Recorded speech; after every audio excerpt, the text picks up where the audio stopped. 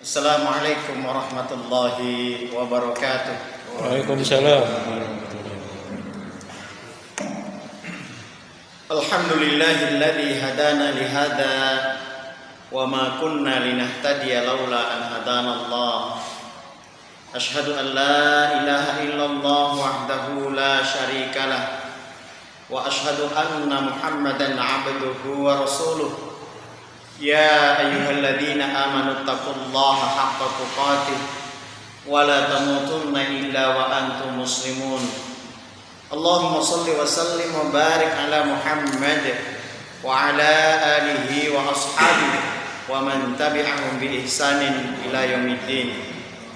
Masyarul muslimin, bapak-bapak, ibu-ibu, jamaah salat maghrib, dan semoga kita semua senantiasa dirahmati, dicintai, dikasihi, dan diridhai oleh Allah Subhanahu wa ta'ala.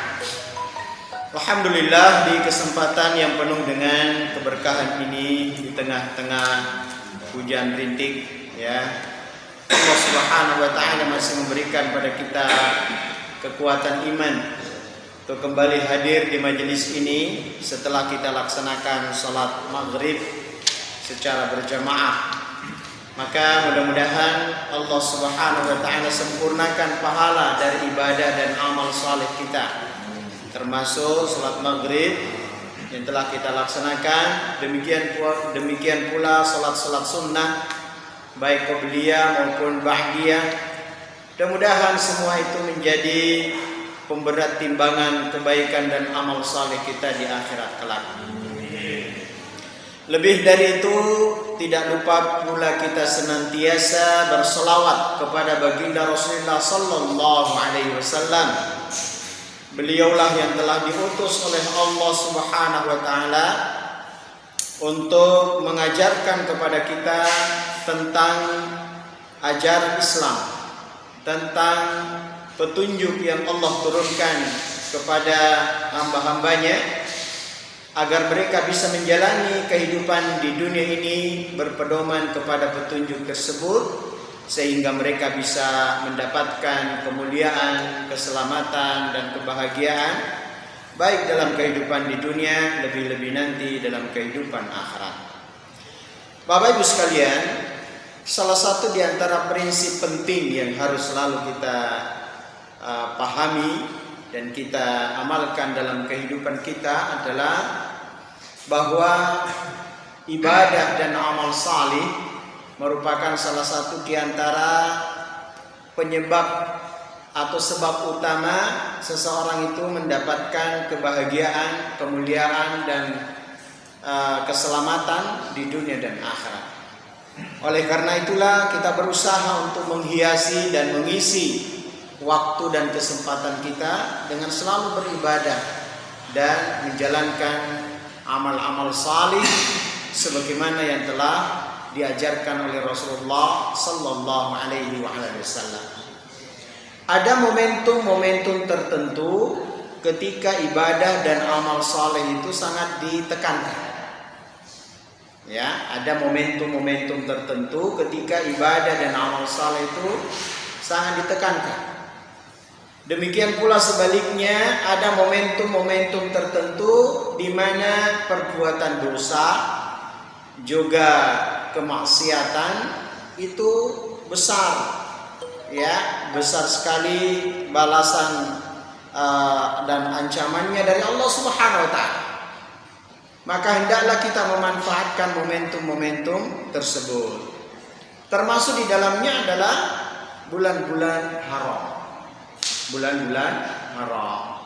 Di bulan-bulan haram itu kita diberi, ya, atau dimotivasi syariat ini untuk banyak beramal saleh dan meninggalkan perbuatan-perbuatan dosa, maksiat, kezaliman, dan yang lain.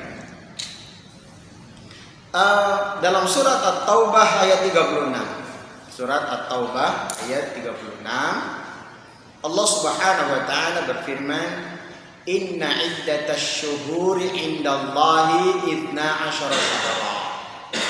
Sesungguhnya bilangan bulan dalam setiap tahun itu ada 12 bulan. Fi kitabillahi, sesuai dengan ketentuan dan ketetapan Allah. Ya, yauma khalaqas samawati wal ardh, sejak diciptakannya langit dan bumi.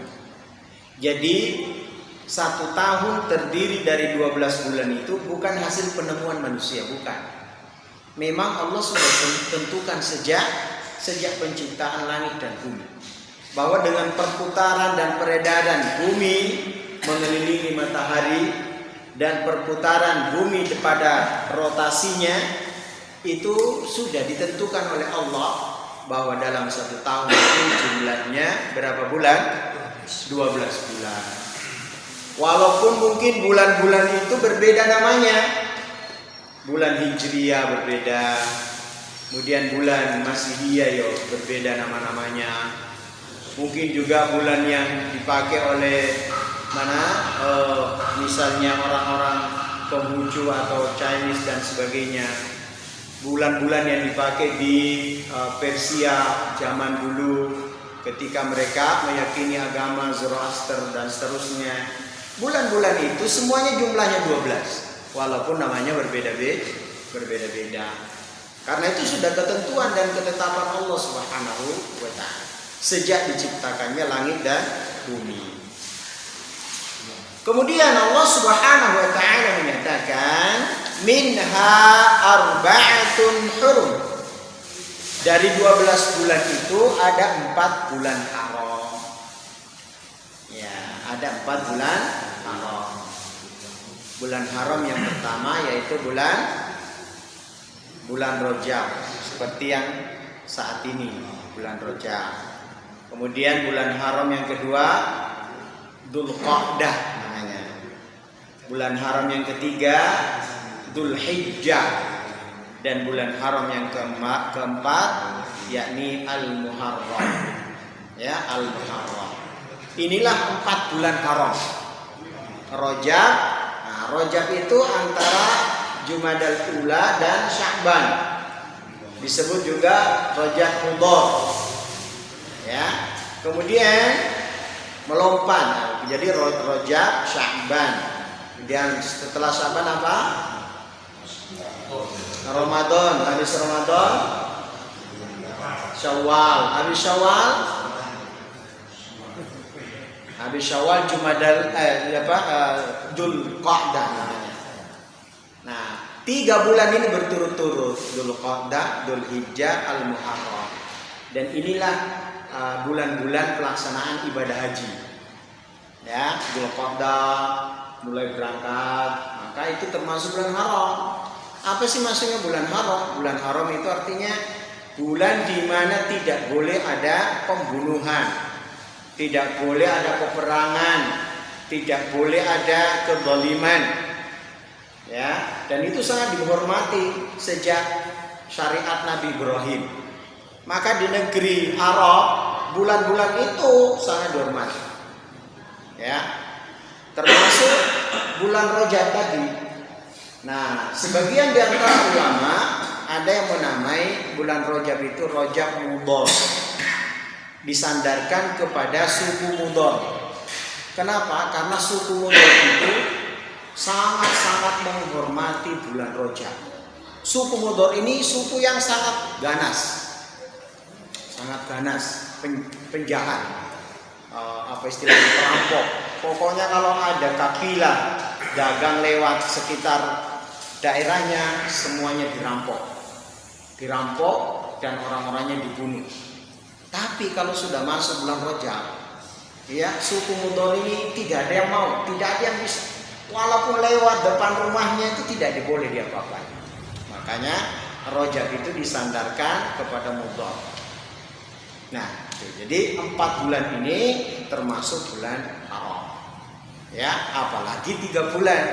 Mulai dari Dzulqa'dah, Dzulhijjah, Al-Muharram. Kenapa? Karena itu pelaksanaan ibadah haji. Dan kalau sudah laksanakan ibadah haji, semua kejahatan-kejahatan itu tidak boleh ada.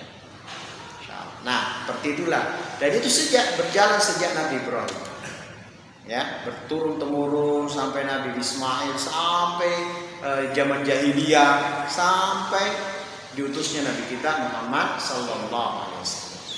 Dan ketika datang Islam, 4 bulan ini tetap ditetapkan sebagai bulan haram.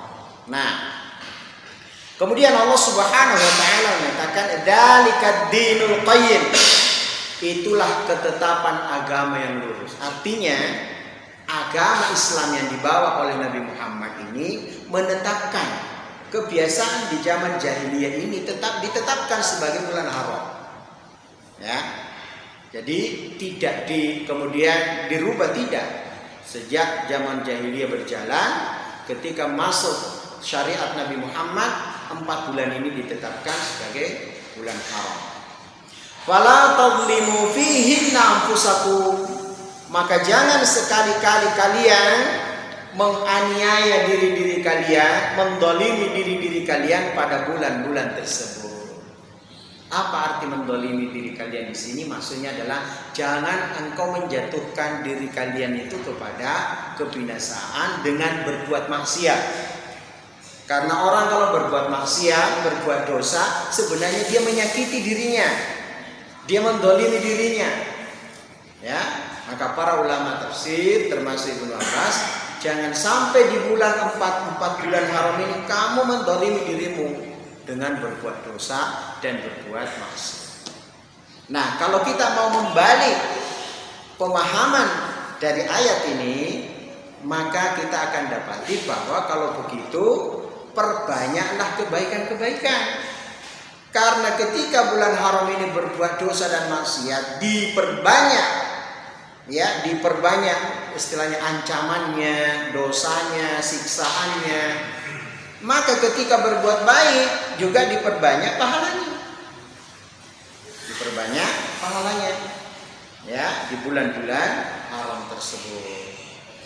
Bapak Ibu sekalian, maka kita sebagai seorang muslim ketika memahami ajaran agama yang mulia ini, kita selalu berusaha untuk bersandar kepada apa-apa yang Allah Subhanahu wa taala telah tetapkan, apa-apa yang Rasulullah sallallahu alaihi wasallam telah tetapkan dalam syariat agama yang mulia ini. Nah, salah satu di antara bulan tadi itu adalah bulan Rajab. Seperti yang ada kita jalani sekarang ini, sudah masuk bulan Rajab, bahkan sudah hampir selesai. Ya, sudah hampir selesai bulan Rajab. Maka di saat-saat seperti ini kita disyariatkan untuk memperbanyak ibadah dan amal saleh. Ibadah apapun yang sudah disyariatkan oleh Allah, baik yang fardu maupun sunnah. Ya, sholat fardu kita semakin khusyuk, kita jalankan di masjid, kita laksanakan dengan sangat khusyuk dan tumanina, ditambah dengan sholat sunnah. Begitu juga puasa sunnah, ya, puasa sunnah 3 hari setiap bulan Hijriyah yang dikenal dengan Ayyamul Bid, hari-hari putih. Dikatakan hari-hari putih karena pada hari itu bulan purnama. Mulai dari tanggal 13, 14 dan 15 setiap bulan Qamariyah atau setiap bulan bulan Hijriyah. Tuh. Kemudian puasa Senin Kamis, ya, jelas hadisnya, jelas dalilnya tentang keutamaan puasa Senin Kamis sebagaimana yang dicontohkan oleh Rasulullah SAW. Atau kalau pengen lebih semangat lagi puasa Daud, silakan, boleh. Ya, sehari puasa, sehari berbuka. Ya, sehari puasa, sehari berbuka. Adapun puasa ad-dahr, puasa tiap hari. Puasa tiap hari itu ada hadits yang melarang. Ya, ada hadits yang melarang. Pokoknya setiap hari puasa, nggak pernah berhenti. Seumur-umur, setiap bulan, setiap tahun dia puasa terus, setiap hari. Malamnya berbuka. Ini Rasulullah kurang senang atau kurang setuju. Sebagaimana dijelaskan dalam sebuah hadis Rasulullah SAW. Ada seorang sahabat, ya, suatu saat ketika dia masuk Islam, dia ketemu Rasulullah. Kemudian setelah masuk Islam, dia belajar Islam dari Rasulullah. Dia berangkat, dia pergi merantau, atau dia pulang kampung. Suatu saat dia balik lagi menemui Rasulullah SAW. Kemudian sahabat ini ketika bertemu Rasulullah SAW, dia berkata, "Ya Rasulullah, wahai Rasulullah, ama ta'rifuni, apakah engkau masih mengenal aku?" Jadi ketika tadi awal jumpa Rasulullah itu badannya gemuk, badannya bagus. Tapi ketika dia sudah ketemu dengan Rasulullah kedua kalinya, badannya jadi kurus kering. Ya, maka Rasulullah tidak kenal. Qala wa man anta? Siapa kamu? Qala anal bahili. Aku adalah al-bahili. Alladzi jituka amul awal. Yang saya dulu pernah ketemu sebelumnya dengan jenengan. Qala fama ghayyaraka? Rasulullah berkata, apa yang menyebabkan kamu berubah seperti ini? Dulu badannya bagus, ya sekarang kok seperti ini, kurus kering. Wa qad kunta hasanal hayat. Padahal dulu kamu bagus, artinya bodinya itu ya bagus. Sekarang kok seperti ini? Qala, maka sahabat ini berkata, "Ma akaltu ta'aman mundu fariqtuka illa bilaili." Sejak kita berpisah dulu, aku tidak pernah makan makanan kecuali waktu malam. Artinya dia puasa terus. Setiap hari puasa.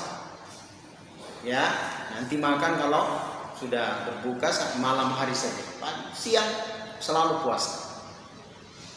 Tsumma qala, kemudian Rasulullah menjawab, kalau Rasulullah SAW, adzabta nafsak, kamu itu telah, apa istilahnya kalau adzabta itu,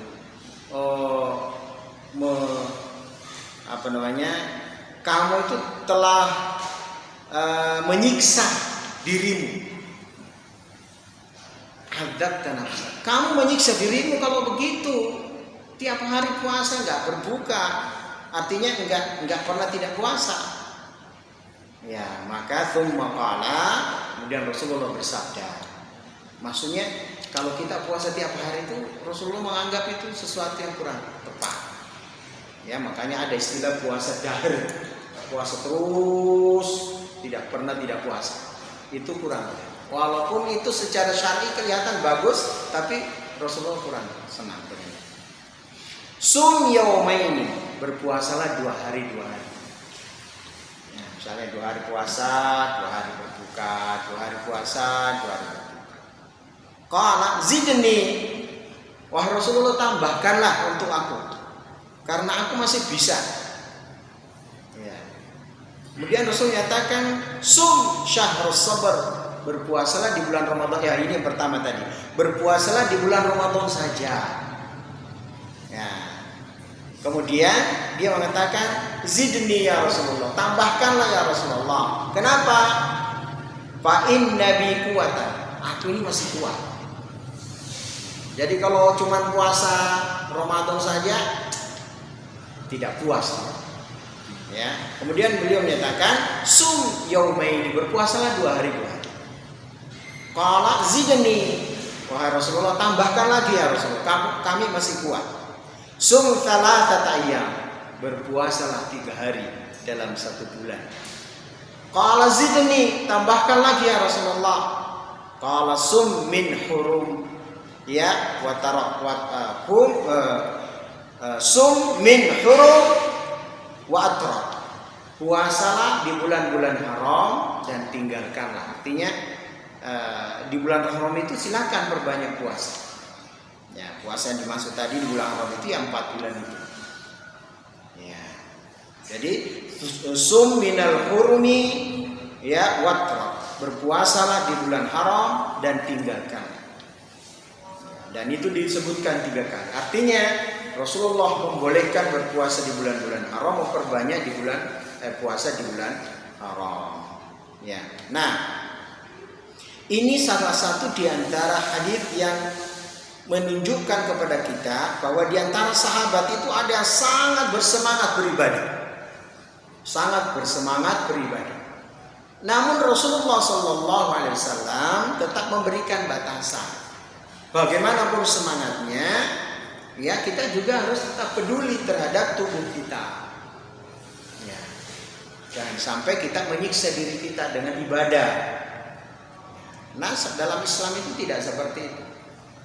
Silakan berpuasa dengan puasa yang disyariatkan, termasuk dalamnya puasa Daud. Kalau memang kita kuat, silakan puasa Daud. Yang kedua, hadis ini juga menunjukkan tentang keutamaan bulan-bulan haram. Bahwa di bulan-bulan haram itu diperintahkan untuk banyak beribadah, ya, menjalankan ibadah kepada Allah Subhanahu wa taala. Nah, berkaitan dengan bulan Rajab, kita kembali ke bulan Rajab, maka secara umum kita disyariatkan untuk memperbanyak ibadah secara umum. Namun perlu saya ungkapkan di sini bahwa para ulama telah meneliti begitu banyak dalil dan keterangan bahwa ibadah-ibadah di bulan Rajab, ya, kalau disandarkan langsung ke bulan Rajabnya, itu hadis-hadis yang berbicara tentang ini memang kebanyakan tidak sahih. Misalnya dikatakan ini puasa Rajab, ini sholat Rajab, ini pokoknya ibadah itu langsung disandarkan ke bulan Rajab. Maka sebagian besar di antara hadis-hadis itu dinyatakan tidak sahih. Ya, tapi kalau beribadah secara umum, silakan perbanyak ibadah secara umum, termasuk sedekah, termasuk silaturahim, termasuk baca Quran, termasuk berzikir, dipersilakan secara umum. Tapi kalau disandarkan bahwa ini ibadah khusus bulan Rajab, itu tidak ditemukan dalil yang sahih. Ibnu Hajar, Ibnu Rajab dan Ibnu Hajar itu beda. Ibnu Hajar Al-Asqalani Asy-Syafi'i itu menegaskan dalam sebuah pernyataan bahwa ibadah-ibadah yang disyariatkan dengan mengkhususkan dengan Rajab, menyandarkan kepada bulan Rajab, tidak keluar dari dua hal. Ya, hadis-hadis yang berbicara tentang hal tersebut tidak keluar dari dua hal. Bisa jadi dia dhaif atau bahkan maudhu. Ya, bisa jadi dia dhaif bahkan maudhu. Kita semua tahu bahwa Ibnu Hajar Al-Asqalani itu adalah seorang ulama hadis, pakar hadis. Beliaulah yang telah mensyarah dan mensyarah kitab hadis Sahih Bukhari. Ya, maka kita tentu lebih menyandarkan pemahaman kita kepada ahlinya, yaitu para ahli hadis, dan bukan hanya beliau sendiri yang berkata tentang riwayat-riwayat hadis yang berkenaan dengan ibadah, mengkhususkan ibadah di bulan Rajab itu tidak. Baik. Kemudian ada kebiasaan kita di Indonesia khususnya dan di beberapa negara Islam termasuk di Sudan, yaitu berkaitan dengan penyandaran Isra Mi'raj di bulan Rajab. Ini juga harus dijelaskan. Ya, menyandarkan peristiwa Isra Mi'raj dengan bulan Rajab. Berkaitan dengan hal ini, kita harus adil dan jujur dalam menilai dan menyandarkan penilaian itu kepada para ahlinya, yaitu para ulama hadis yang benar-benar mereka itu menyandarkan penelitiannya, ya, kepada berita-berita atau riwayat-riwayat yang datang dari para ulama sebelumnya, atau bahkan para sahabat dan para salafus saleh. Berkaitan dengan peristiwa atau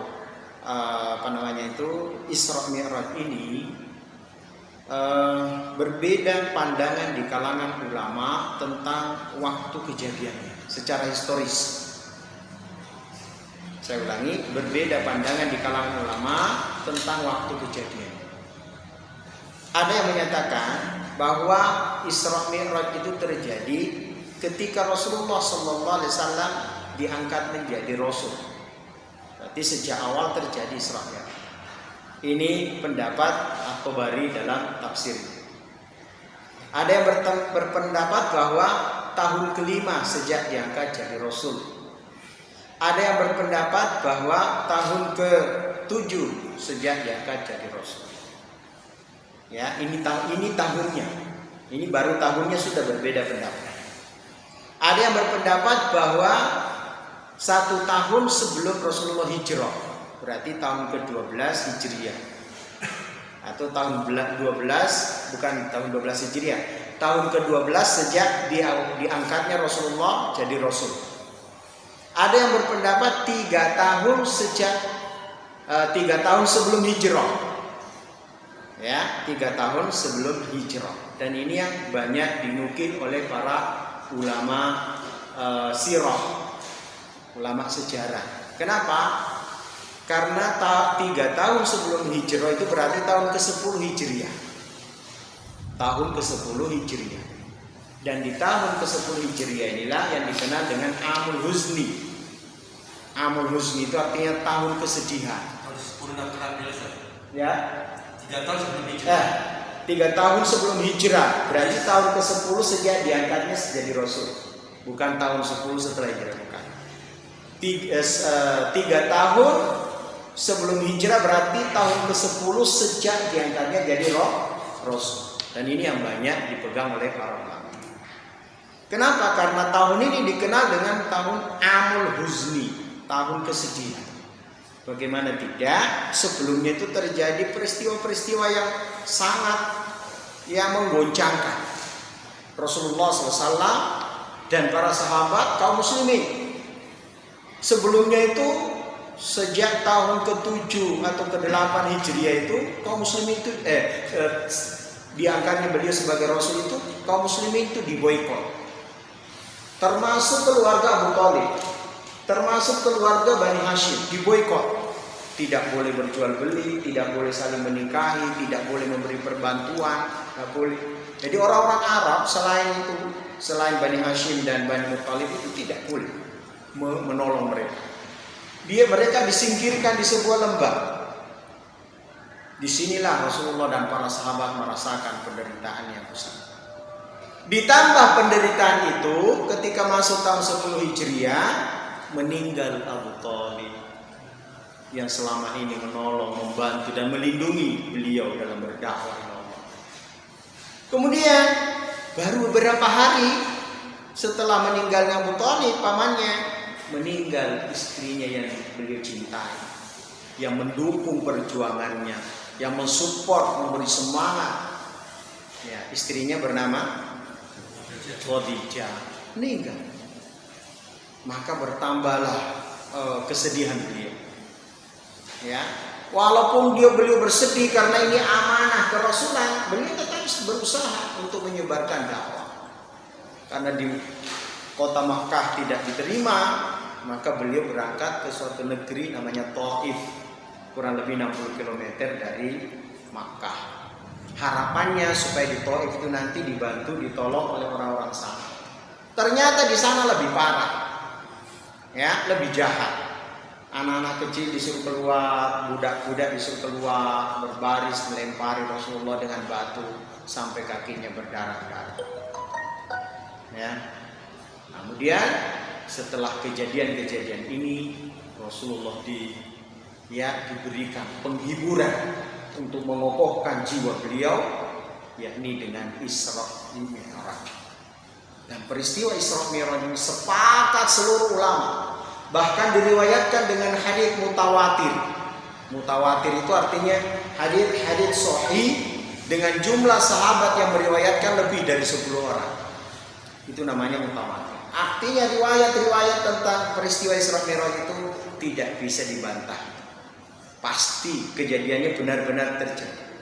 Yang menjadi perbedaan tadi itu waktunya. Ada yang mengatakan di bulan Muharram, ada yang mengatakan di bulan bulan Syawal, ada yang mengatakan di bulan Rajab, ada yang mengatakan bulan Ramadan. Jadi berbeda pendapat. Jadi tahunnya yang berbeda, bulannya yang berbeda, tanggalnya pun tidak ada yang mengetahui secara pasti. Ya, tanggalnya pun tidak ada yang mengetahui secara pasti. Terus dari mana munculnya 27 Rajab sebagai peristiwa Isra Mi'raj? Wallahu a'lam. Kita tidak tahu. Mungkin ada satu ulama misalnya yang menyatakan itu dan itu dijadikan rujukan. Tapi yang jelas ini terjadi perbedaan di kalangan ulama. Ada satu hikmah yang mungkin bisa jadi pegangan kita. Kenapa kok Allah Subhanahu wa taala menyembunyikan? Artinya tidak menunjukkan dan memastikan. Kenapa Rasulullah SAW tidak memastikan peristiwa Isra Mi'raj itu terjadi tanggal berapa, bulan apa, hari apa, tahun berapa? Padahal ini peristiwa yang sangat besar.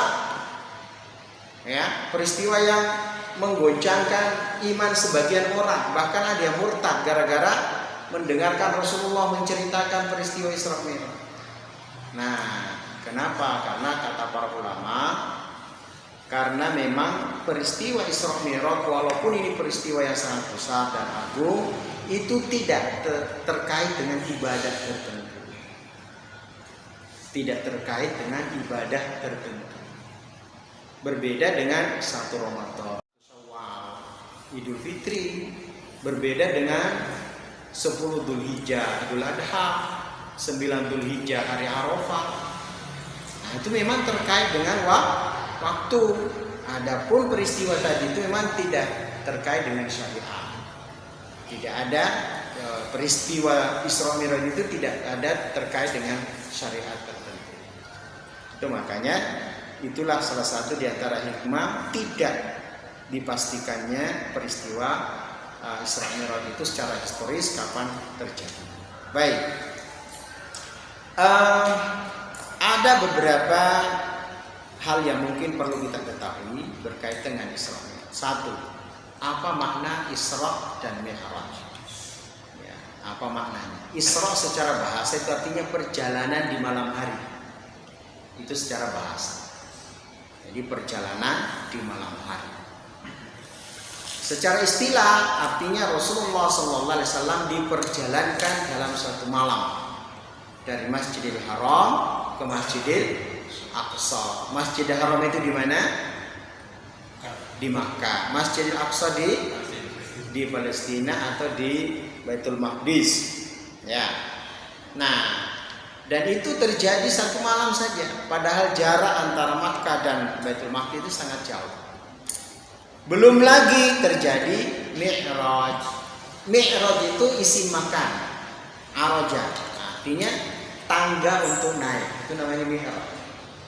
Jadi alat untuk naik ke atas itu namanya Mi'raj secara bahasa. Termasuk lift itu ya disebut Mi'raj. Alat untuk naik. Tangga untuk naik ke loteng, itu juga dimakan Mi'raj, alat. Ya, secara istilah artinya Rasulullah Sallallahu Alaihi Wasallam diangkat oleh Allah Subhanahu Wa Taala naik untuk bertemu dengannya di sisinya untuk menerima perintah sholat 5 waktu. Ya, dan diperlihatkan tanda-tanda kebesaran Allah Subhanahu Wa Taala. Dalilnya mana? Surat Al-Isra ayat 1. Subhanalladzi, Maha Suci Allah. Perhatikan Bapak Ibu, kalau ada kata-kata subhanalladzi ya disandarkan kepada Allah itu menunjukkan akan keagungan Allah, kebesaran Allah, kemahakuasaan Allah, bahwa Allah itu tidak ada kekurangannya sedikit pun. Tidak ada keterbatasannya, kelemahan tidak ada. Allah Maha Agung, Maha Besar, Maha Kuat, Maha segala-galanya. Ya, Asra yang memperjalankan. Jadi kalau orang itu beriman pasti akan bisa menerima peristiwa Isra Mi'raj. Kenapa? Karena yang memperjalankan ini Allah. Dan Allah Maha Agung, Allah Maha Kuasa, Allah Maha Mampu. Allah tidak lemah. Ya, jadi apapun Allah bisa lakukan. Dan yang melakukan peristiwa ini ya Allah. Bukan Rasulullah sendiri yang berjalan. Ya, kalau Rasulullah yang berjalan sendiri ya berbulan-bulan mungkin baru nyampe. Tapi ini bukan, Allah lah yang memperjalankan dia. Secara akal ya masuk akal. Ya. Bi abdihi, abdun di sini adalah hamba. Seorang manusia secara utuh, zahir maupun batin. Maka perjalanan Isra Mi'raj itu Rasulullah ya bukan hanya ruhnya saja, tapi juga dengan badannya. Makanya sebelum berangkat tadi melakukan perjalanan itu, dalam sebuah riwayat yang sahih, beliau dibelah dadanya, dioperasi, dikeluarkan jantungnya, dikeluarkan hatinya, dicuci dengan air zam-zam dalam sebuah bejana yang terbuat dari emas. Itu riwayat yang sahih. Kemudian setelah itu Jibril memasukkan kembali, kemudian ya istilahnya mengembalikan badannya Rasulullah SAW untuk mengokohkan karena akan bertemu dengan Rabb Allah Subhanahu wa taala. Ya. Kemudian beliau berangkat itu mengendarai sebuah kendaraan yang dikenal dengan Al-Buraq atau Buraq. Buraq ini adalah salah satu tunggangan. Ya, tunggangan yang dikatakan dalam sebuah hadis warnanya putih. Ya, besarnya itu lebih besar dari keledai tapi lebih kecil dari bigol. Ya, bigol itu peranakan kuda dan keledai. Jadi kuda mengawini keledai, lahirlah bigol. Gitu ya. Jadi yang paling besar itu kuda, di bawahnya kuda itu ada bigol. Setelah bigol itu al-buraq. Tapi buraq ini tidak dohir, tidak umum, maksudnya ada bigol di mana, ada buraq di mana, tidak. Ini kendaraan khusus Rasulullah dan para nabi lainnya. Dan di bawah secara ukuran di bawah buraq tadi itu ada keledai. Inilah yang menjadi tunggangan Rasulullah SAW ketika Isra. Ya, kemudian kecepatannya dia bisa melompat atau menapaki sepanjang mata memandang. Ya, artinya kalau dia pandangan matanya di Pasuruan ya sudah, satu kali melompat Pasuruan, satu kali melompat Malang, satu kali melompat dan seterusnya. Ya, begitu kecepatannya. Jadi wajar kalau bisa ditempuh dalam jangka waktu yang sangat singkat. Kemudian dikatakan di sana minal masjidil haram minal masjidil aqsa alladzi barakna haulahu. Jadi Allah menjelaskan bahwa Masjidil Haram, Masjidil Aqsa ini diberkahi. Setelah itu sampai di Baitul Maqdis, Rasulullah sholat, kemudian mengimami para nabi dan rasul. Ada yang bertanya, pada saat itu sholatnya sholat apa? Padahal belum ada perintah sholat dari Allah Subhanahu wa taala. Itulah sebabnya terjadi perbedaan pendapat. Apakah sholat itu dilaksanakan oleh Rasulullah sebelum Mi'raj atau setelah balik dari Mi'raj kemudian sholat. Tapi dalam riwayat secara urutan itu beliau setelah sampai di Baitul Maqdis, beliau ikat buraq tadi, kemudian beliau sholat mengimami para nabi. Ya, mungkin sholat di sini bukan sholat berjamaah sebagaimana yang kita jalankan sekarang. Wallahu a'lam. Kemudian beliau mulai Mi'raj, diantar oleh malaikat Jibril. Bukan buraq lagi, tapi malaikat Jibril. Sudah habis waktunya. Azan dulu baru lanjut. Oh iya, monggo. Silakan azan dulu. Setelah azan bisa dilanjutkan. Ketika Rasulullah SAW tadi telah melaksanakan sholat 2 rakaat, kemudian ditawari atau diberikan 2 bejana berisi susu dan berisi khamar, dan Rasulullah memilih susu.